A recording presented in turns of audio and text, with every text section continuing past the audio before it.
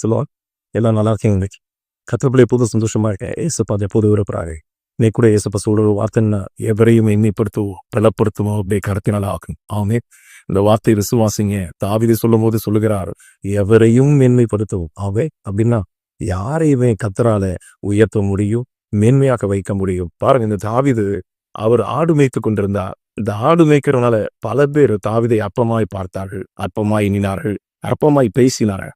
ஒருவேளை உங்களுடைய வேலையில ஒருவேளை நீங்க கம்மியா சம்பளம் வாங்குறதுனால, ஒரு சின்ன வேலையில இருந்தனால மற்றவர்கள் உங்களை அற்பமாய் பார்க்கலாம், அற்பமாய் பேசலாம். நான் ஆண்டவர் சொல்லுகிறார், இன்னைக்கு நான் உன்னை மேன்மையாக வைத்தேன். அவளுடைய கண்களுக்கு முன்பாக நான் உன்னை மேன்மையாக வைத்தேன். ஆமே. கிஷோர், உங்களை ஆண்டவர் கர்த்தர் மேன்மையாக வைப்பார். உங்கள் இருக்கிற இடத்துல கர்த்தர் உங்களை மேன்மையாக வைப்பார். உங்கள் தலையை உயர்த்துவார். ஆமே. அதனால சோர்ந்து போகாதீங்க. தாவீது ஆடு மேய்த்த தாவீதை தான் ஆண்டவர் ராஜாவாக மாற்றினார். ஆமே. உங்கள் வாழ்க்கையிலும் அப்படிப்பட்ட மேன்மையான காரியங்களை, மேன்மையான பதவியில் உங்களை கொண்டு வந்து கர்த்தர் உங்களை உயர்த்துவார். கர்த்தர் ஆசீர்வதிப்பார். God bless you.